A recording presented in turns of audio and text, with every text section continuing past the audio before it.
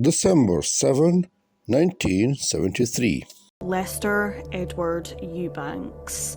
Eubanks was born on October 31st, 1943 in Sandusky, Ohio, and grew up in the Mansfield area, and had been arrested twice in the past for sex offences against young girls. Eubanks was out on a $5,000 bond after attempted rape of a minor. On November 14th, 1965, 14-year-old Mary Ellen Diener washed the family's clothes at the laundromat and threw the clothes into a dryer, but they ran out of change. Mary Ellen visited another nearby laundromat to collect some change, a less than 5-minute walk. However, she never came back. Eubanks was walking around the Mansfield area before he saw Mary Ellen in the laundromat. He then saw her running towards the second laundromat, and this was when he struck. He stopped by a nearby house. Mary Ellen was, according to Eubanks, holding a bottle of soda, which she raised above her mouth. At this point, Lester pulled Mary Ellen behind the house, and she started to scream. He then placed his hand over her mouth before shooting her twice.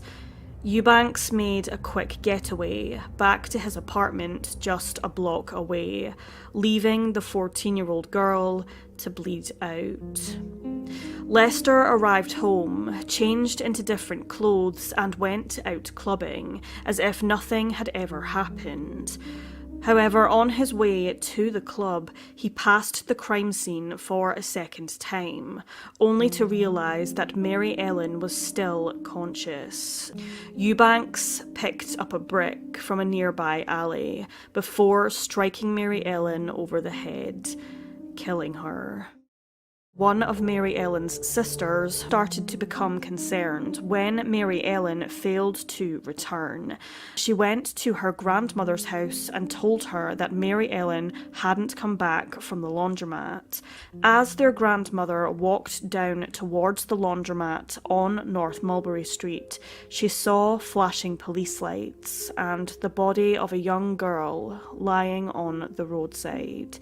It was Mary Ellen. She had been shot multiple times with a .32 caliber weapon. Police then visited all the nearby hardware stores that sold guns of a similar caliber. They found a weapon matching the description. It had been purchased on October 23rd, 1965, just 3 weeks prior, by a man named Lester Eubanks. Police managed to trace 22-year-old Lester down and brought him in to the station for questioning, where he quickly and openly admitted to killing Mary Ellen. In May of 1966, Lester Eubanks was put on trial for the murder of Mary Ellen Diener. Eubanks pleaded guilty and was ultimately sentenced to death by electric chair.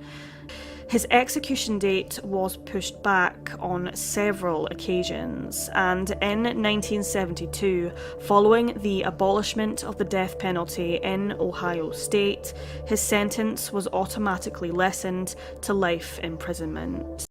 Eubanks was placed into an honour programme, which was developed to help convicts prepare for life outside of prison walls. On December 7th, 1973, Lester and a handful of other prisoners were allowed to go to the Great Southern Shopping Centre to buy Christmas gifts.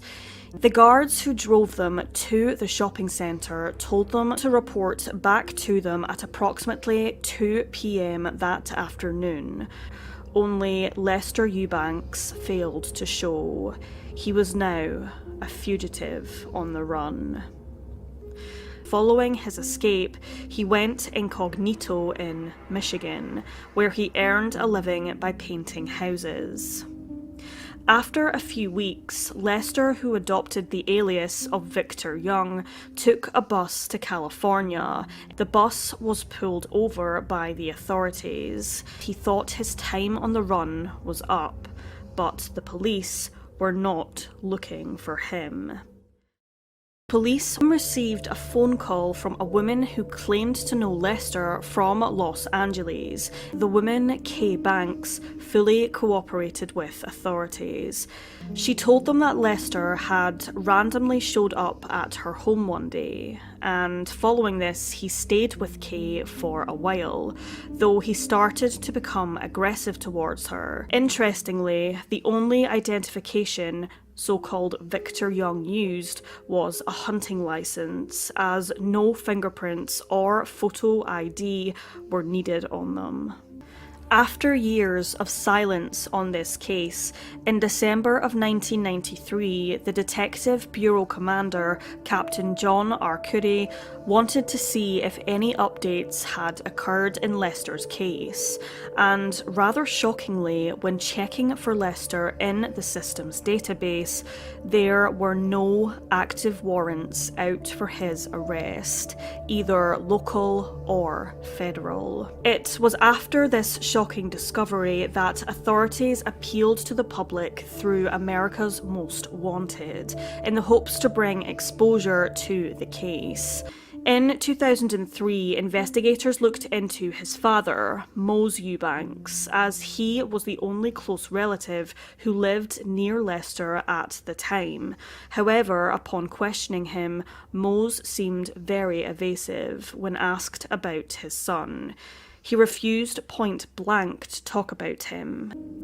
According to an informant, Mose had received a phone call when she visited him on one occasion, and he told her that he was on the phone with his son in Alabama.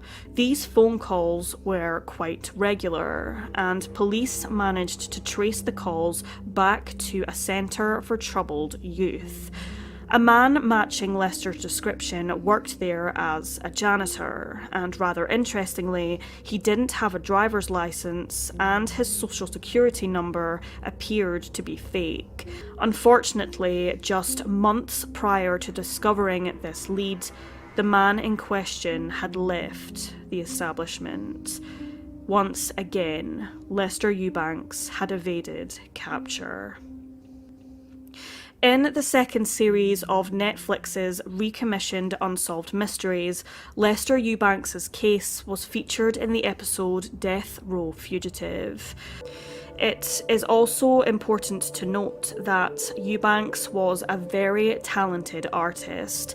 The US Marshals Service is currently offering up to a $50,000 reward for any information leading to the arrest of Lester Eubanks.